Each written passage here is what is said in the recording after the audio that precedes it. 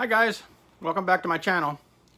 So today's recipe is a oldie but goodie, and it's crazy because I've said before that a lot of these recipes I see online now that are like taking the internet by storm and everything else are ones that we've, as Gen Xers and everything else, have grown up with our whole lives. And so this is another one that I'm going to do. So today's recipe is hamburger gravy, and it'll be served over mashed potatoes.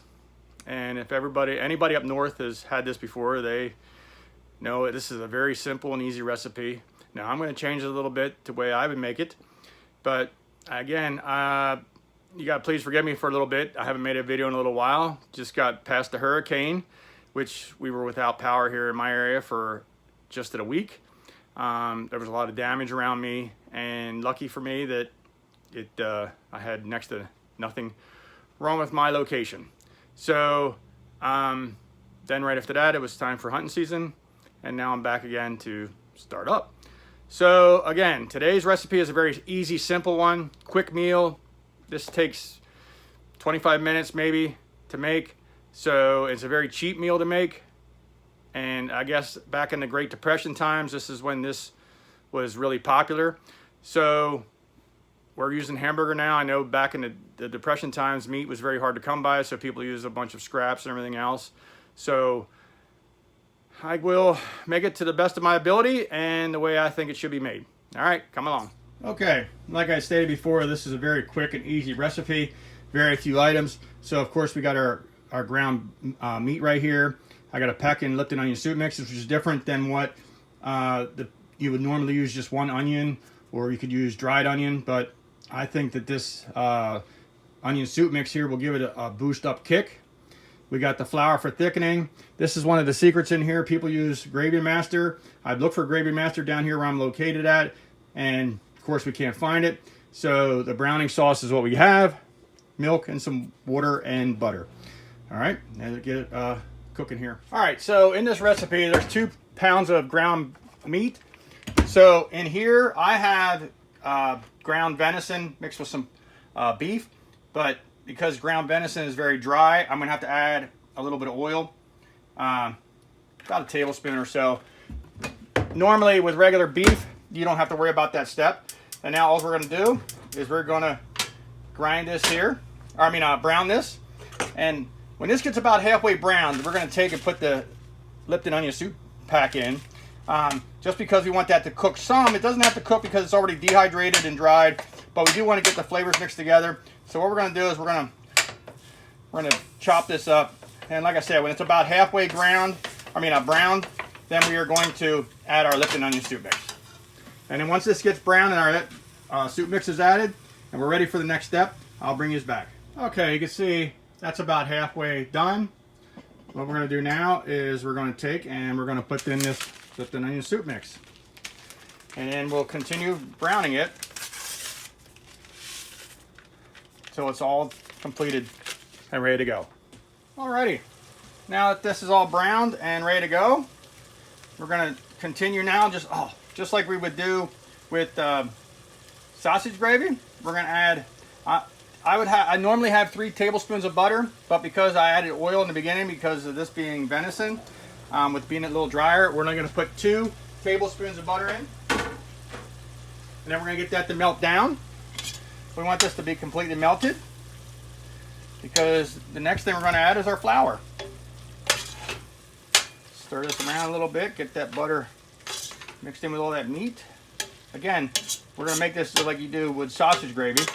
You would put brown your sausage and then add some butter to it and add the flour and some milk to make the gravy. Okay, that butter there is almost melted down. It's got a little chunk in there left. Get it all mixed around. Okay, now what I'm going to do, I'm going to grab a spoon here. Oh, wrong one. We're going to put in here, turn this down just a little bit. We're going to put in here 3 tablespoons of flour. 1, that was a little short. Try not to pile it too high, so that one will make up for it. And we'll do just a little bit more for that second one. Okay. Now what we're going to do is we're going to stir this around. We want to get that flour coating all around the meat. You want to get that all around the meat. You don't want to have it too thick. We're going to leave that burner on. We're not going to turn that burner off. But we're going to mix it around. And you can see how the meat is starting to get thick here, like a pasty, which is exactly what we want. Okay? Because if we don't get it mixed around, we would just pour our cold water and the milk in there, it would be flour chunks all over the place. So we got to get it mixed around in all the meat here. And that looks pretty dang good right there. Now, next thing we're going to do is we're going to put in 3 cups of water.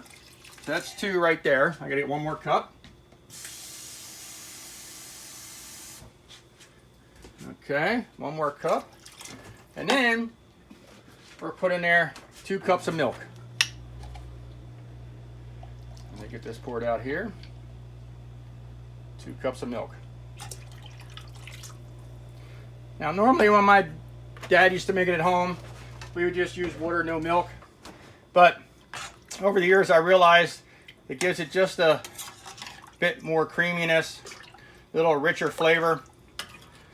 So that's what we're going to do this time. So what we're going to do is we're going to turn this medium heat just till it starts boiling. And what's going to happen is when it starts boiling, it's going to start to thicken up.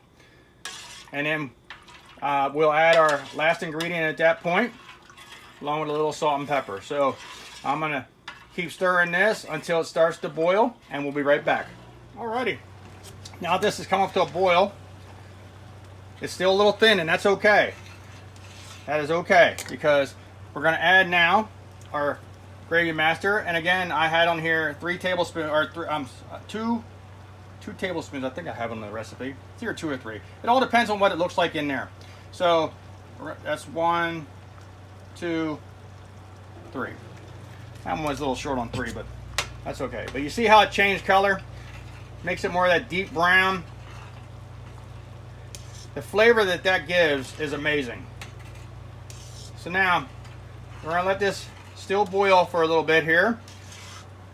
Maybe a minute or so. Get this mixed around. And then we're going to turn it down to simmer. And we're going to let it simmer for like 10 minutes. And then we're going to shut it down. And by sitting there, that will start to thicken up. Okay, that looks good. So we're going to turn this down to simmer. And we're going to let it sit there 5 to 10 minutes.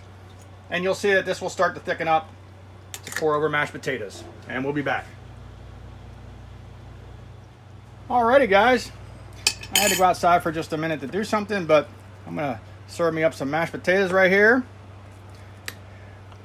Then we're going to take a little bit of this gravy, give it a nice little stir. You can see it thickened up just right. We're going to put that right on there like that. Put a little extra on the side. Look at that. I'm going to put a little salt and pepper on there. These are the nicest salt and pepper shakers I ever got. They're from my sister. Thank you very much, Amanda. All right, we're going to go over here and give this a taste and see what we got. Alrighty. You guys excuse this light over here. Times are changing down here in Florida.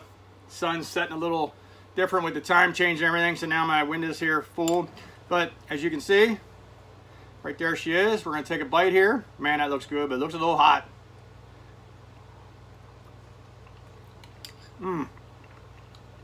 Man, it's just like I remember. Wow. So I think next time, it's up to you. I would have added maybe 2 packs of the Lipton onion soup mix. Again, this was an experiment that I was trying. A lot of people use a regular whole onion, dehydrated onion. I just thought Lipton onion soup mix would be really good. And maybe even the Lipton onion soup mix with the beef flavor would be as good as well. But man, this turned out really, really good. But hope you enjoy this one. Again, thanks for watching my channel. Please hit the like and subscribe, and I'll give you a copy of the recipe right now.